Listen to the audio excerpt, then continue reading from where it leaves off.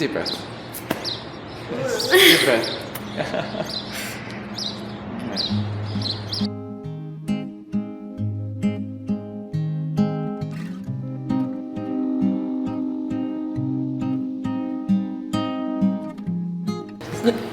Just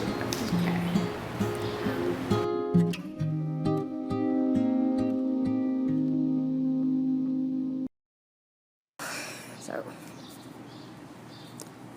with only 3 months left in my undergrad, I find myself constantly wondering if I'm happy with the person that I've become, if I can look back at the last 4 years and really believe that I went through it without any shame or guilt or regret, that I did everything that I could to work towards being the kind of person I want to be.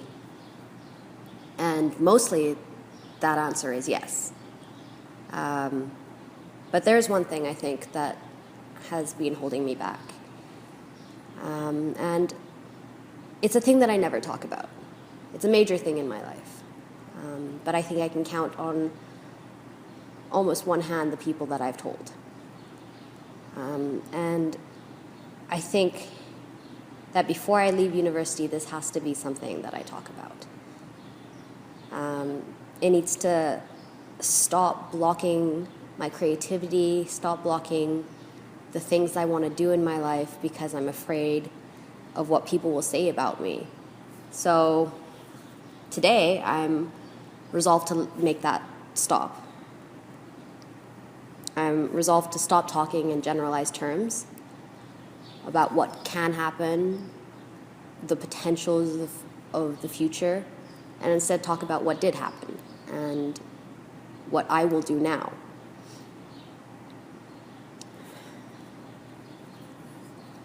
On February 8th, 2011, I was 17, and I was walking home from school with a friend, and I was assaulted in broad daylight. I was a really confident kid growing up. I think a little overconfident, if I'm honest, but I was happy with it. But I'd never seen a role model who looked like me.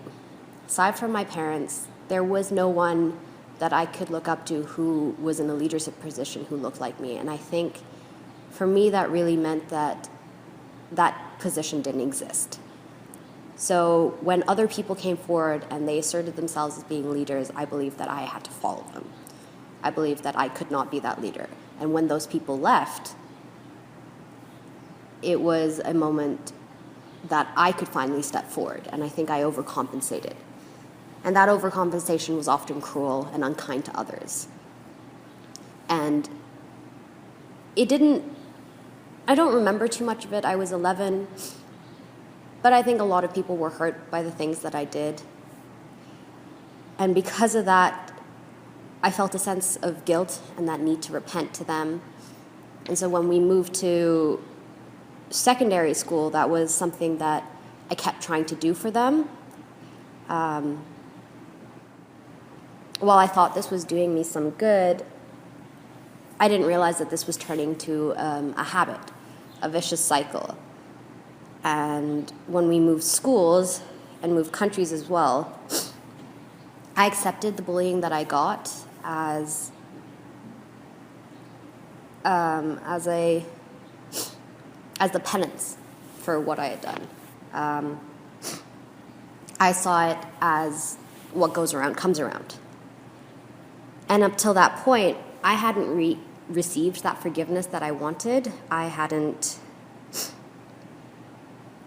gotten any kind of indication that I was a better person from any of those people that I hurt. And that's fine, that's their prerogative, but I think what I failed to learn in that time was how to forgive myself. And right in the middle of all this, right in the middle of all that kind of search for forgiveness, I was assaulted. And like everything else that was bad in my life, I convinced myself that it was my fault, that I deserved it.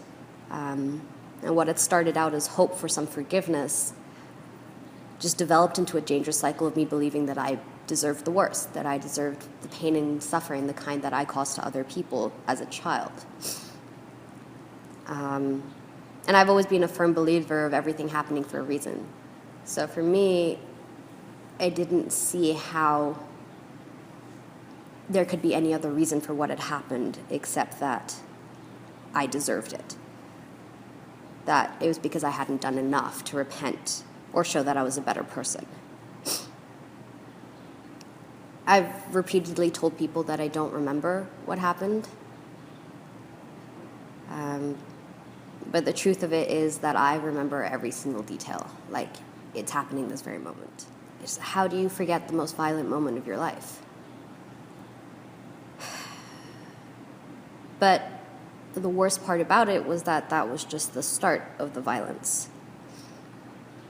The real consequence of that day was not the depression or the post-traumatic stress that followed after that, nor the anxiety that I developed having to walk past that place every single day for the next year and a half.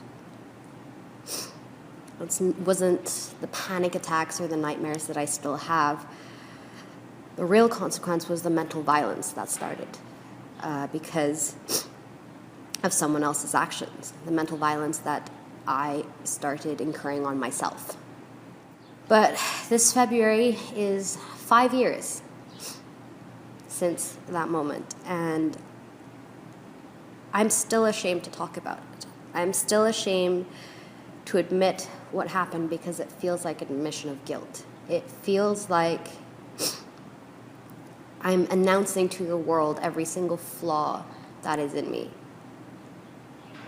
They say 1 in every 3 women in a room has been a victim of violence. I was now that statistic. I was that woman, and I was utterly conscious of it and all of my inferiorities that I felt were being admitted because of it. I became convinced that I deserved suffering and misery every single day, and that it was an indication of the kind of person that I was, which was a despicable one. I didn't hate my life or what had happened to me. I detested myself. I was convinced beyond a shadow of a doubt that I was a terrible person.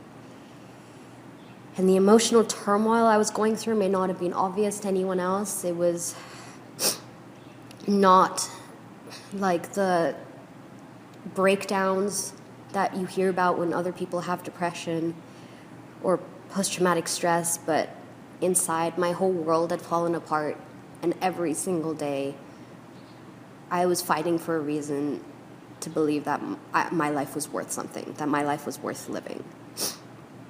Every incident of someone snapping at me or yelling at me or insulting me, even if it was just a spur-of-the-moment thing, was another piece of evidence that I was unworthy of love, including my own. And eventually this mental violence progressed on to physical violence. I hated myself, and I couldn't understand how other people didn't. And I think that while my assault really set this trend off, it was something that started as a child. As the kind of rhetoric we hear every single day is one in which society frequently denies the existence of victims and attempts to alleviate the responsibility of the perpetrators by saying that we have to be worthy and deserving of freedom and safety. And this is the same society that claims to protect us. It's easier for a lot of people to see the flaw in those who have been harmed than having to take the responsibility in changing the fact that there are some people who are just wrong and something needs to be done about that. This video is about a lot of things. It's not only about women and the violence that is incurred on women, but the violence we do to ourselves by telling ourselves that we are not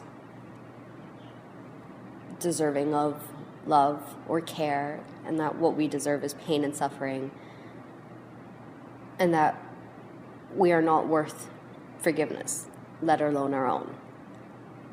And what I ask you to take away from this, if you take anything away from this, is that not only was I a victim, but by finally deciding to talk about this, I've decided to stop victimizing myself and no longer sit by when I see or hear women beating themselves down. 5 years later, I'm finally saying out loud that I was not at fault for what happened. What I ask you to understand is that I am learning to be strong. And while I wasn't always, that doesn't make me any less of a deserving person.